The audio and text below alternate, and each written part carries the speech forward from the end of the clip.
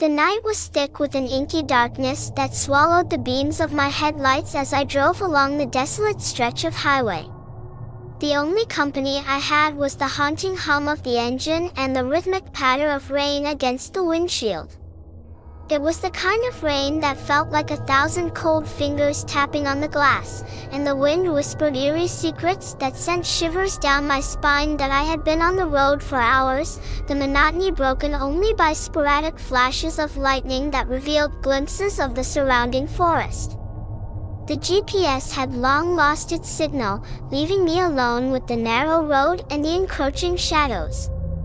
I was starting to question my decision to take this unfamiliar shortcut through the woods, hoping it would lead me to a faster route home. As I navigated the winding path, my headlights caught something on the side of the road. I squinted, trying to make out the figure. A hitchhiker, drenched in the rain, emerged from the darkness, waving frantically. Reluctantly, I pulled over, my heart pounding in my chest. The stranger climbed into the passenger seat, and the dim interior of the car revealed a face shrouded in darkness. They muttered a quiet thanks, their voice a low murmur that sent a chill through the air.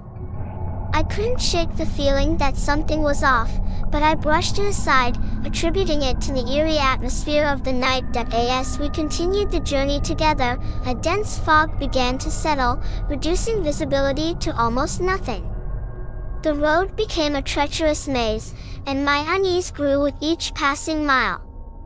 The stranger, seemingly unfazed, stared straight ahead, their eyes hidden in the shadows. I asked about their destination, but my question was met with a cryptic response.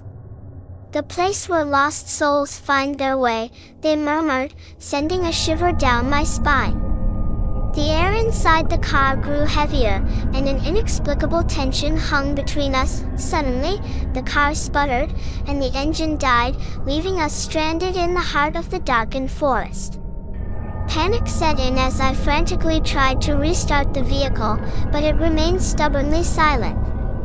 The stranger, still cloaked in shadow, began to chuckle softly. I pleaded for help, my fear now palpable. With an unsettling calmness, they finally turned towards me, their face slowly emerging from the darkness. To my horror, I realized that their eyes were empty voids, devoid of any emotion or humanity. A guttural sound escaped their lips, transforming into a sinister laughter that echoed through the fog. In a desperate attempt to escape, I fumbled with the car door and stumbled out into the night. The forest seemed to close in around me, the trees whispering malevolent secrets. The stranger's laughter echoed in the distance as I ran blindly, each step taking me deeper into the haunted woods. As I stumbled through the darkness, I came upon an old, dilapidated house that seemed to materialize out of the mist. With no other options, I cautiously entered, my heart pounding with every creak of the floorboards. The air inside was thick with a sense of foreboding. In a dimly lit room, I found a dusty, cracked mirror. As I looked into it, my reflection revealed hollow eyes that mirrored those of the sinister stranger. The truth struck me with a horrifying realization. I had become a lost soul, trapped in the haunted depths of the forest, destined to lure unsuspecting travelers into the same web of darkness. The stranger's laughter echoed through the halls of the decrepit house as I stood frozen in the realization of my fate, the twisted twist of this macabre journey forever etched into the shadows of that fateful night.